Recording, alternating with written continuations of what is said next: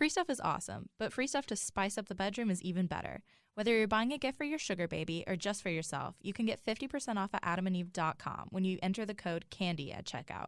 And that's not all. Adam and Eve will include 10 tantalizing free gifts, a sexy item for him, a special gift for her, and a third item all partners can enjoy.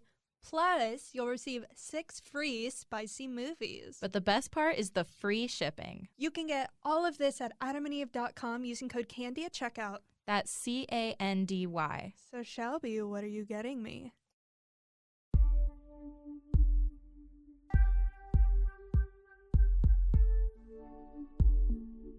Candy Girl Podcast. Fuck me, daddy. Hey all you candy sluts and bubble butts. Welcome back to another episode of Candy Girl. I'm Emily. I'm Shelby. And I'm Cactus. And Bea, would you like to take it away? Hi there, I am Bea York, and I'm here visiting today. We're just here to have a good time, but I guess our standard question that we start out with is, how did you make your way into sex work? Well, it started about a little over 5 years ago. It's kind of a funny story, but I was cleaning out my closet. I was selling a lot of clothing that, just wasn't for me anymore. And I came across a pile of really nice designer lingerie. And it felt like such a shame because it's stuff that I really wouldn't wear again.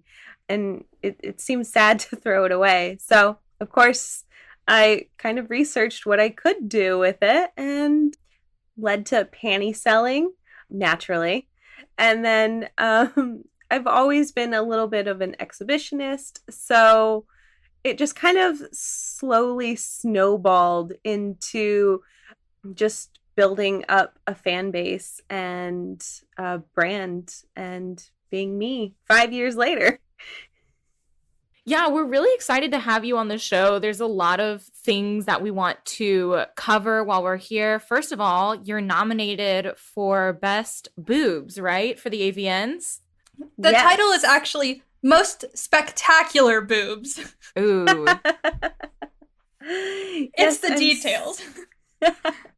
I'm so excited to be nominated again for an AVN award. I'm up against so many great, like, big porn stars that, it's just great to, like, be in a category with them. Yeah, what's that like? I kind of want to know, like, how that feels. Maybe it's a little overwhelming. It's kind of weird. Like, wow, I really did accomplish all of this so far. What are the type of, like, preparations you have to do for being nominated? Like, do you have to make, especially during COVID, like, do you have to make your own videos? Do you have to make any kind of, like, content that they do to show? Are you going to do a speech? Like, I'd love to know just everything you're getting ready with. I wish I could do a speech, but that would be only if I won. Pretty much, the big thing is just being established. For these particular nominations, it's based on fan vote.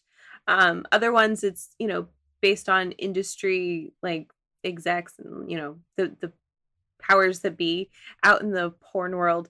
But for this one, it's gathering all your fans to say, hey, drop my name in, and hopefully I get a nomination. When does voting end? That's a good question. Yeah. I think it ends January 23rd. So while we're here and on this topic, so what you do is go to stars.avn.com/avnawards/voting. I'll have to double check on that URL. And there are tons of different categories that you can vote on. You will find B under Most Spectacular Boobs. And I voted for her earlier today. You get five votes. You don't even have to pick one. You can do 5 of your favorite people for each category. And, like, I haven't filled out any other categories, so you don't have to, like, go through the entire nomination form or submission form because there are a lot of categories. and a lot of people to vote for. I'm gonna have to I also log in on my that link account on my and Twitter. Oh, yes. Yeah, I'll check out your Twitter and then I'll just start voting for you today. And also, I just want to see who else is nominated and what kind of categories there are, too. Have you been to AVN before, like the actual convention? Yeah, I went 2 years ago, was my first time. Well, I guess technically it would be last year because we're in December now. So I went last year's and then I went to this year's. And it was really fun. I was kind of saying before that, like, the first time I went was a big realization that if I wanted to be like in this industry, I kind of had to like take that next step and really put myself all in, because it was like a little overwhelming to realize what a tiny little fish I was in this giant sea of incredibly talented porn stars. I'm sure it's a bit daunting, but also like super inspiring to go. I've always wanted to go. I've been in sex work for a few years, but never gotten out there. So I'm always jealous and like love hearing the stories, especially about how people get sick after AVN. Wait, what? Apparently happens all the time. It's the AVN flu. Well, I mean, this year was a little different, but last year normally, because so many people are like meeting up and shooting scenes together, and there's just fluids exchanged and everything exchanged, that it's pretty common to get a really bad cold after. And then of course you're in Vegas for a good amount of time, and that always seems to do my lungs in. But yeah, it's when things get back to normal and AVN is a possibility, you should absolutely go, because it's great to see other people that you don't necessarily get to have spend time with, because everyone is, well, all over the globe. It's a great way to just hang out and relax. We did a lot of eating and a lot of filming in the daytime. But it was nice to see people from, all over the US that I don't get to see, my coworkers. I love coworkers in the most vanilla sense of the word. That's what they are, essentially. So while we're on the topic of boobs, I dream of being nominated for having good boobs. I've always had really tiny boobs, and I've always wanted like beautiful titties.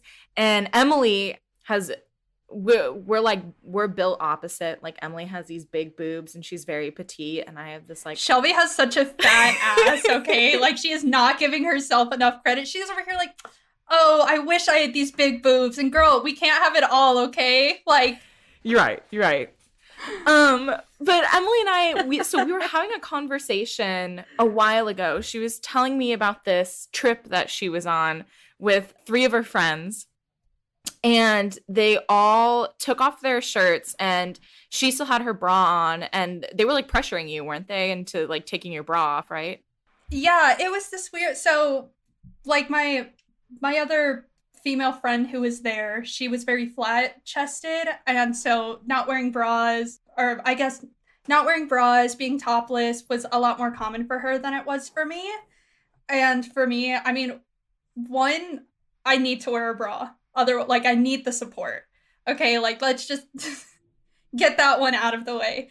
And I'm just not used to like not wearing bras or like not being covered up down there. So Yeah. I almost had this weird sense of shame where it was like, oh, well, I should be more progressive and like free the nipple and like, I should be able to just comfortably have my shirt off like men do. But like it wasn't there. Yeah, she was telling me how she felt guilty because she didn't feel comfortable taking her shirt off or her like being completely topless, but she feels like as a feminist and as somebody who's very like embrace your body, she should feel comfortable with that. And I was saying because her friend is very petite up top, she might not have the same experiences of being sexualized that Emily probably does. And another example of that is I used to have a friend who got her breasts done, and after she went from like an A cup to a D cup or something like that. And after that, people started treating her so differently. Like they felt so entitled to her body. And this was particularly when we would go out. People would just like grab her boobs out of nowhere. People she didn't know. There was one time where she was wearing a tube top. It was like a jumper that was a tube top as well. And some girl came up behind her and like pulled her top down and just started like playing with her boobs in the middle of the club. And we like that had never happened to her before. And I have to assume it's because like her boobs are so big and maybe people were like, oh, this is a fun thing that I can play with, but it's definitely, you know, part of somebody's body and you shouldn't be touching people without their explicit permission. So I kind of wanted to talk to you a little bit about your experience with that. Because we are on the topic of boobs and we kind of want to get a little bit into like the scrutinization of women's bodies and the part that plays in porn. So yeah, take it away, I guess. Sure. While you were explaining that the you know there's an over sexualization of large breasts and just of a woman in you know fully clothed. As you were explaining that, I realized that that's very true, and that's probably why like when I'm out and about or like dressed almost any other time, I'm covered up to here. And that's just the way that my life outside of work has always been because, you know, it's been ingrained on me to, like, if I show cleavage, you know, I'm a bad person. If, you know, I'm going to draw the wrong attention. And, you know, I've always like covered up so much whenever I'm out in public because it's just been ingrained in me that, you know, I don't want to draw the wrong attention and I don't want to be sexualized by anyone who sees me, regardless of their gender.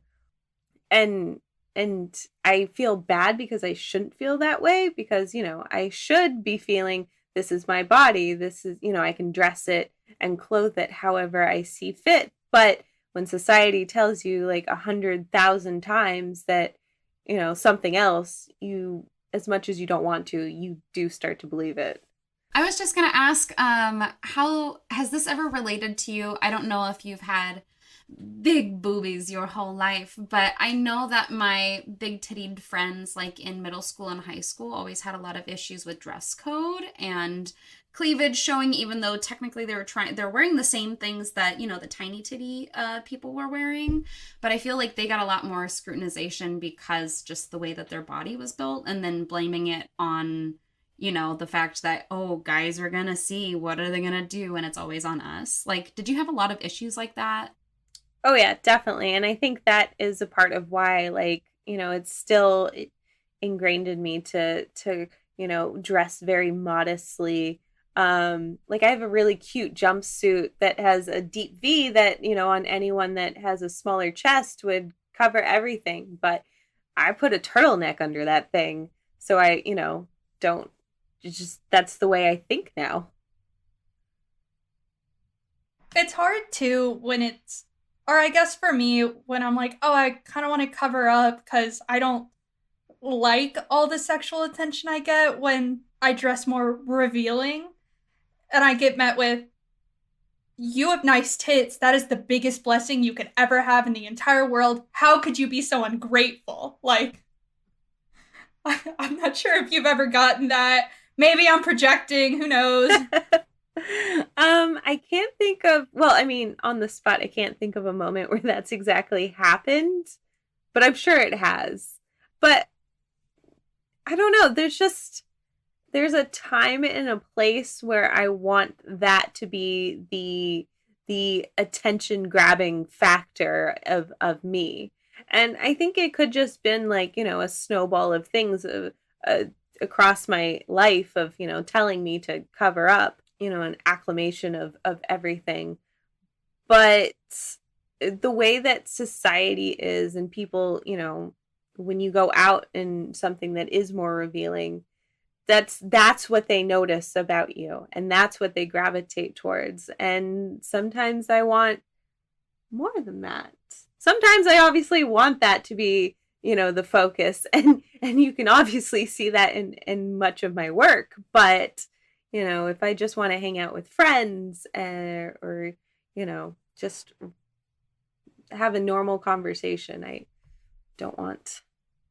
This seems like a really good time to insert a PSA.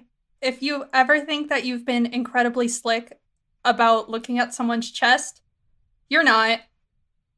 I've noticed every single time. I don't know how you couldn't notice. Would I ever say anything? Absolutely not. I don't know how to bring it up. If anybody's ever said anything, I would love some pointers, but I just want y'all to know, like, you're not slick. I would also say I feel like there's totally a difference between like somebody like checking out your boobs mid conversation and somebody like glancing down and then glancing back up, because like, I'm not saying that like it's always okay, but I know that I'm pretty bad. I mean, not anymore, but before I was like out of the closet, I was so bad about like glancing at women's boobs and then making eye contact again and being like, why did I just do that? Like why did I do that? And I was going to say, we can totally tell the difference. Like, I feel like I can totally tell the difference when somebody just like they glance and like, oh, that was bad, I shouldn't have. And when somebody's like trying to stare at my boobs, Yeah. And I think, there's a time and a place, and I don't think it's like the end of the world if like someone just takes a quick glance, because, we have eyes and we can only stay focused. Like, part of our eyes is rapidly moving and processing what we're seeing. And of course, occasionally they're gonna, boobies. I'm guilty of it too. But then of course, there's respecting that person that you're talking to and not like having the whole conversation just staring at their boobs. I totally get that. It's like, there's a lot more about me than my boobs. There's a lot more about me. Like, don't think that's the only compliment you can get me. And like, I'm going to respond to that and actually like it. But I think that kind of is different from, personal life and sex work, because a lot of your compliments, I'm sure, are nice tits and that, like those kind of compliments. And not a lot of people are looking. There's definitely people who look for personalities, but, they like a lot of their performers because of the body types that they have. So it's very interesting to like play who are we in our sex work lives and who are we in our personal lives. But it's all just about respect, honestly. Like your followers are paying you to say those things. Like people on the street are not paying you to, look at your tits and buy a picture of them or whatever, or just give you a compliment. So there's definitely that level of like, earn my respect kind of. Yeah, absolutely. Like I would not go out of my house and, out for the night. Well, maybe out for the night, and expect people to compliment my assets, and I feel like that's definitely like almost like a consent thing. You don't actually get to like sexualize me unless I want it. When I'm working and making content, absolutely, that's why I'm here. Please sexualize the hell out of me and my big titties. I think it's such a paradox too, because obviously as women and female presenting people, we want to be taken seriously, and there's so much more to us besides how we look. But then there's also this element of, unless we look attractive, we might not get respect from certain people, and sometimes those people are employers or important people that we kind of need that from. And I think this is a good way to segue into women's bodies being scrutinized, and then how that kind of plays a part in porn, and how both you and Cactus handle that and manage that. Because I feel like personally, if I was constantly, if my job involved like people having to look at me all the time, I would probably have some body dysmorphia issues. There's definitely, well, our first episode when I was first on this podcast was about my body hair. And I kind of have some similar issues about going out in public like you do, Bea. I didn't like showing my armpits, so I would always wear things that would cover my legs, because I wasn't really sexualized for them, although I am online. But it's more of like the fear of like what people are going to say or what they're going to think of you. So there's definitely like, no matter what you think is beautiful, somebody's either going to scrutinize you or sexualize you. There's not really an in between on that, which is really sad because we're like people and not just bodies. And it definitely plays a part into porn because, I mean, a lot of people, we're put into categories. You look up on Pornhub, BBW, or small tits, or hairy, or petite, or whatever you want. But it puts people in such these like small categories that, one, it's hard for us to get out of those categories because if people see us making other content, like if I shave my bush, dear God forbid I do, which I did a couple months ago and I lost followers and income because of it. But because I'm so sexualized for that rather than just being supported and empowered by it, it definitely plays a part in my content, whether or not I am catering to my audience or not, or just being constantly put into smaller and smaller boxes. I'm sure you probably have a lot of similar issues like that of being in certain categories or your fans only wanting to see certain things, I'm sure. Oh yeah, definitely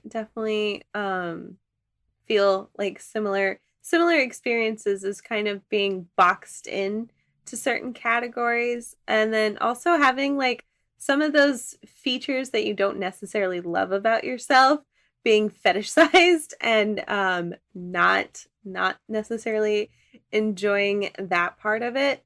But it's kind of a touchy like realm because porn is really like based on those categories and sexualizing certain categories and just kind of really niching down and just kind of just putting people into boxes rather than people. And sometimes it can be a little disheartening to like, no, I'm a person, not just big tits, not just thick, not just, girl next door and any other box everyone seems to see fit. It definitely it can be really hard, especially since, like every day you're seen by people and thousands of people who will judge you one way or the other. On every platform, I get, a ton of praise, but I also get, a lot of my fair share of mean comments, and so does anyone else of any body type. There's always going to be just, I don't know, people nitpicking over every little detail about you, regardless of how gorgeous you are. When you both started doing sex work, was that something you were prepared for, or maybe like prepared for a little bit, but then a little caught off guard, or, none of the above, and you were just like, oh, this is how this is going to be? And then second question would be like, is there a way that you both learned to kind of manage it? Because I'm sure seeing negative comments about yourself relatively regularly can be kind of hard. I know for me, like when I first started, of course, I first started on Reddit, and I've heard many times that Reddit is not always kind. So I knew that there would be negative comments, and I would say over time it's gotten better because you realize those negative comments, come from a different type of person. They would never contribute to your work. They would never, ever support you in any way. They are really just there to get a reaction out of you. Or, I don't know, they're just a crappy person who needs to say mean things about people. And I occasionally will click on their post history, depending on the platform, and see like, oh no, this is, you're just an asshole. Okay, well. And occasionally things do really, really sting. And I think that's just the nature of the beast. I think that can happen anywhere, though. Like you can take, you can get a mean comment or take a comment a negative way, and, outside of sex work in your day to day. No, it's the age of the internet. I mean, everywhere you go on TikTok, Instagram, no matter where, people are going to judge you for anything. They're just projecting their own insecurities. They wouldn't be talking about something if it didn't bother them that much. But it's not a good, it doesn't help you build your character. It doesn't help you feel good as a worker at all, or as a person. But navigating it, and I honestly, like, it's not about me. If they don't like something about me, it's their own problem. It's like, if you don't have something nice to say, just don't say it. And not a lot of people really follow that rule. I feel like it definitely takes a toll, especially if you're not having some good mental health days in this industry. It can get kind of hard. But there's definitely ways to get past it. Just ignore it. Don't feed it. Don't give it a time of day. Move on. Just keep striving and do you, because you is great. You is kind. You is important. You is smart. I was saying the wrong one, so I just kept going with it. But I think that also just kind of leads into just the kind of content that I want to make is a little bit different than what people like to see of me. I know that you're pretty well known for, obviously, your beautiful, spectacular tits, which I can give two thumbs up. Roger and Ebert, they're right here. But is there any certain kind of content that you just, I mean, if it's tit content, that's great. But is there something that just like fills your soul and like you get so excited to create no matter what it is? The big thing for me is the role play itself. It could be like a variety of genres. And if you can give me a good storyline, I will put my heart and soul into it. As long as there isn't a lot of dialogue that I have to memorize, because then I will probably hate it. But I love just getting into a character, even if it's like a taboo fantasy, even if it's like femdom, even if it's like, well, very submissive, like I will switch it up and switch town. And I don't know, it's just so fun to like create different versions of myself that kind of like represent small pieces of who I am, because, you know, I'm kind of all over the place. Interesting. I really want to, on the topic of content, talk about platforms a little bit, specifically Pornhub, because as we're recording this, Pornhub purged all of their non-verified content yesterday. So there's a lot going on with that. Visa and Mastercard have pulled out, which is a big issue. And B, I know we wanted to talk about that a little bit with you. So for anybody who's completely unfamiliar with the situation, would you mind filling in some of the gaps? Sure. Well, for a while, Pornhub has been known to have pretty loose standards for how you can upload content. They do have a system where, you know, videos will be checked, especially when flagged for removal. But the process can be a little slow, and it's not always effective. And that's created quite an upset for a lot of anti-porn people. And it does come from maybe originally a very good place of wanting to eliminate non-consensually uploaded porn as well as child pornography, which, I mean, those are very, very important things to not have on your platform, but that's not necessarily what the ultimate goal of the anti-porn crusade was doing here. And there was a lot of push from Mastercard and then Visa and then Discover to no longer allow Pornhub to use them as payment processors. And so they pretty much just yeeted. And as of right now, there's essentially no way to pay for porn via Pornhub or their known Model Hub. And that was as of Friday, which really hurts because Model Hub is another clip site platform, a part of Pornhub. And so those daily sales that, you know, bring my ranking up are now nothing. So that led to just yesterday, Pornhub being able to come to a decision to pull all non-verified content, which is honestly really great news because there's so much stuff that is re-uploaded without consent, without any like way for the original models or studios to earn any sort of compensation. It does mean that a part of that, there were actually honest people that did want to share their own porn without being a verified model or monetizing their videos. And that is very, very unfortunate for them. But there were enough bad eggs and bad compilations and bad porn up there to justify the means. So I think that pretty much brings us to now. I saw a tweet, and Cactus sent it to us earlier for this episode by Ashley Latka, is their name on Twitter.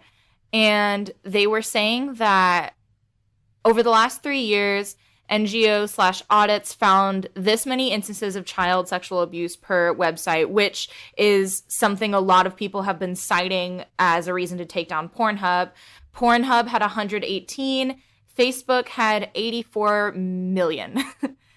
And right now, with social media, a lot of sex workers' accounts are getting purged. We talked a little bit about this in our last episode. I know December 20th is the day that everything's going down. And so we are kind of entering, and some people might already consider this like a war on sex work, honestly, where all of your platforms are being scrubbed from the internet.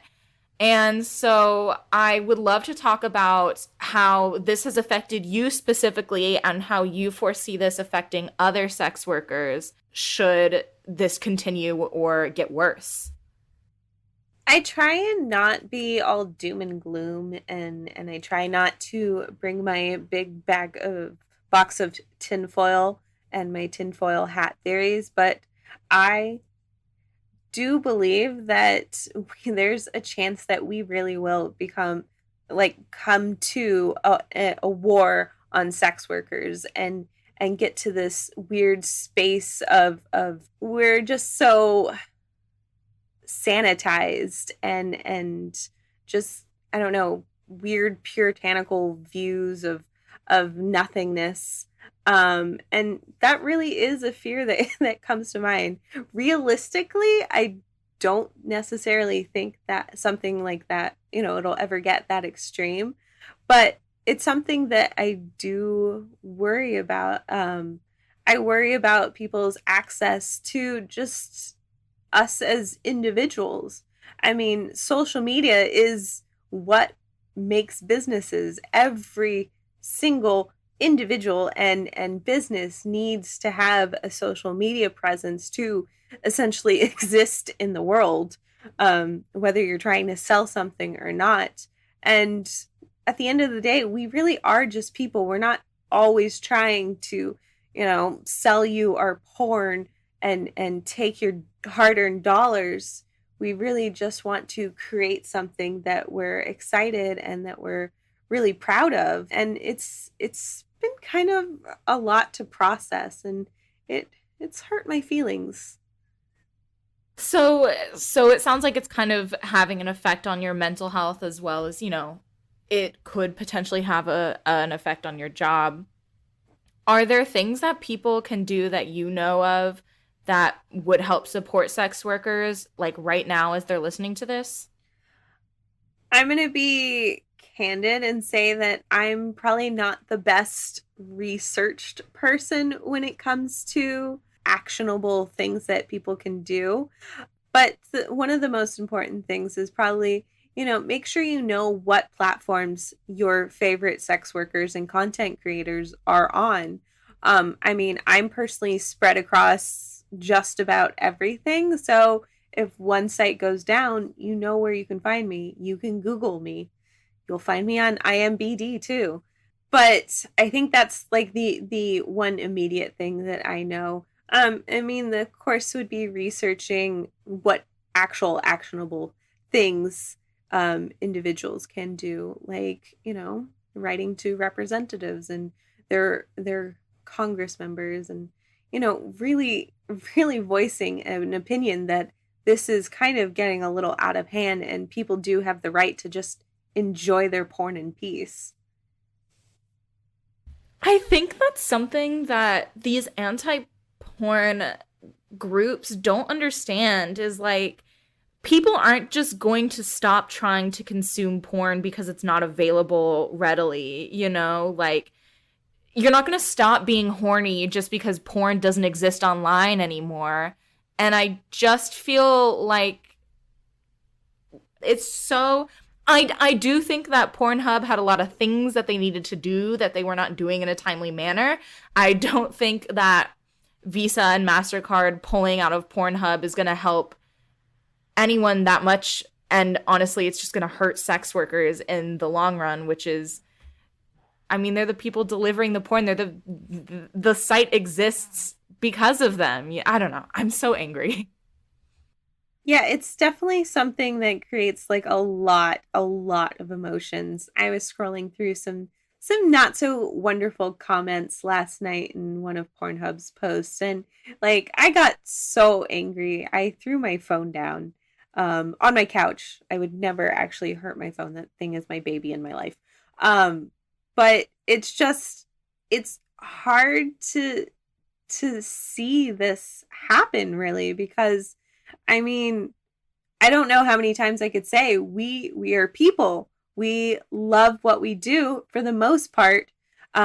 We most of us, I know that not every one of us gets to choose to be in this profession and like love it as much as I do, but this was my choice, and this is something I'm proud to do, and I make content that satisfies people's cardinal need. I scratch certain itches that, people can't actually talk about. I'll be candid. I've actually had a couple people approach me to make custom content regarding pegging. And they were like, this is not something that I've ever been able to really talk about with a partner. And I'm glad that, I could come to you with this, and make me more comfortable, and see that this really is, something that shouldn't be so stigmatized and people should just enjoy pegging. But anyways, and I've made genuine friendships over the past 5 years with people, because of what I do. I've had people tell me that they've really helped, that I've been helpful with their social anxiety and good things that other place you're not going to get that from maybe your barista. You're not necessarily going to always get that from your therapist, or many other well-respected professions. So I don't see why everyone needs to hate on us just because I like to show my titties and occasionally my butthole and vagina. Every part. All the good bits. Yeah, I know in my therapy personally, we've been talking a lot about shame, and it's hard for a lot of people to overcome shame, and that's can be a really big part of social anxiety for some people. Not everyone's case is, or just dealing with trauma or dealing with views that aren't their own. Is a lot of the discomfort tends to be rooted in shame. Big companies being like, oh, you should be ashamed of the fact that you look at porn, that you want to see things that, I mean, I guess you don't see it walking around in public, but they're still happening. It just doesn't seem great for people's mental health. I don't really see what they think they're accomplishing with going after Pornhub. Yeah, I definitely agree that there's a lot of push shame upon individuals and people when stuff like this happens. And it's hard because I can almost guarantee that the majority of the people that work at Mastercard or Visa enjoy porn. The people, I'm sure Mark Zuckerberg has enjoyed porn, and everyone else at Facebook and Instagram has probably enjoyed porn. and it's hard because there's no shame in porn. There's no shame in consuming it in moderation, or maybe a little excess. We all have our things. There's no shame in creating it. Emily, I think what we need to do is show up to Mark Zuckerberg's office and block off the Zuck Suck and be like, now's the time. Oh, the aquarium? No. The Zuck Suck. Isn't that what? No. Okay. Let me explain what the aquarium is. So, fun fact, I interned at Facebook for 2 summers, and Mark Zuckerberg is held in a glass enclosure called the aquarium. There are desks around this enclosure. People, when you start the internship, it's like, oh, don't take pictures of the Zuck, Sheryl Sandberg, all those names. Like, don't make them feel like zoo animals. But then it's literally a glass box that they're in. And then there are desks around this glass box with software engineers. And we're going to put quotes around that because it's security guards dressed up as not security guards. So they're wearing like gray hoodies and everything, which I find hilarious. And when you walk by, Wow, like dressed up as software engineers, essentially. Like, you see in, like, it's literally called the aquarium. So yes, I agree. We should absolutely just confront them and be like, well, we honestly just need to find his dominatrix. Because, like, I assume every CEO has a dominatrix. I think that's a very valid and fair assumption to make. I don't know. What if we invaded Mark Zuckerberg's privacy? That's what he deserves. I mean, anyways, I'm not gonna rant. I'm so mad. We can't rant about Facebook. Everybody gets it. That Everybody, long. I think, who listens to the show feels the same way about Facebook and Instagram and these social media platforms and what they're doing. Anyways, yeah. So we're coming up toward the end of the interview. We lost Cactus halfway through, which kind of is a huge bummer because she really adds a lot to the show.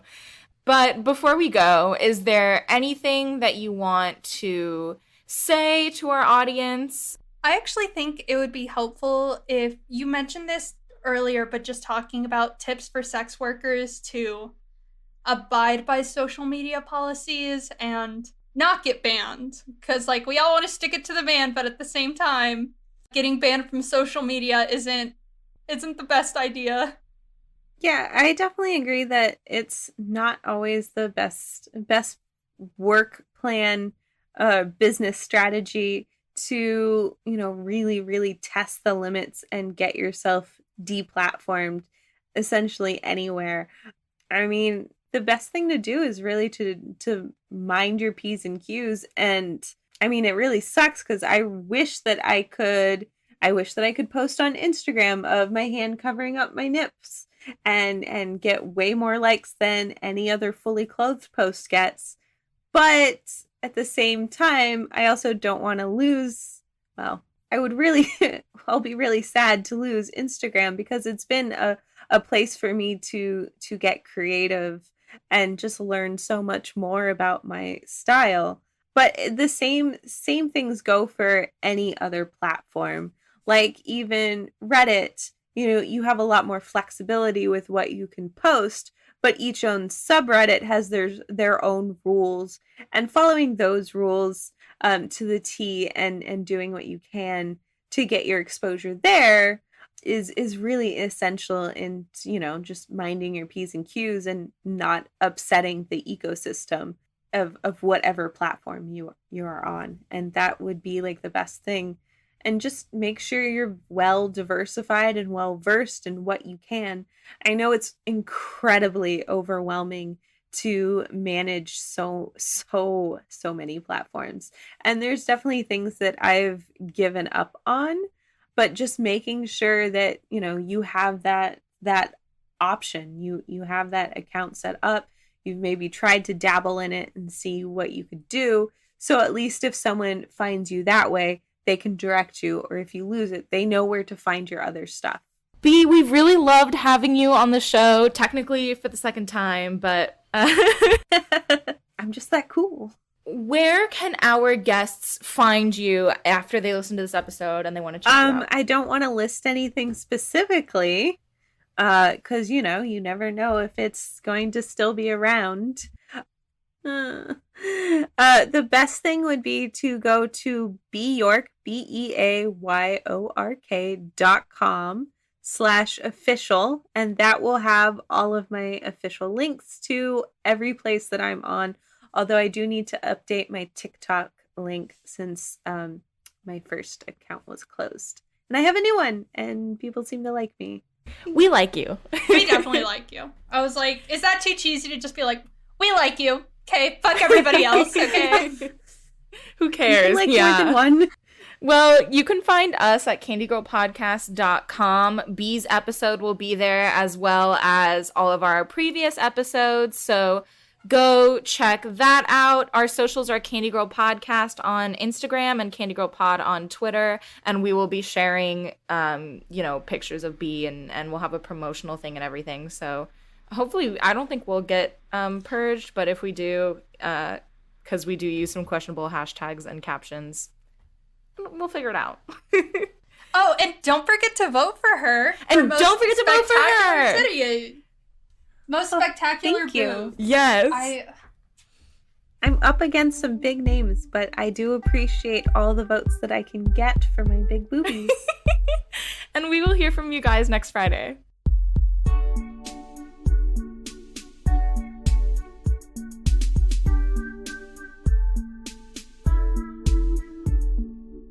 Candy Girl.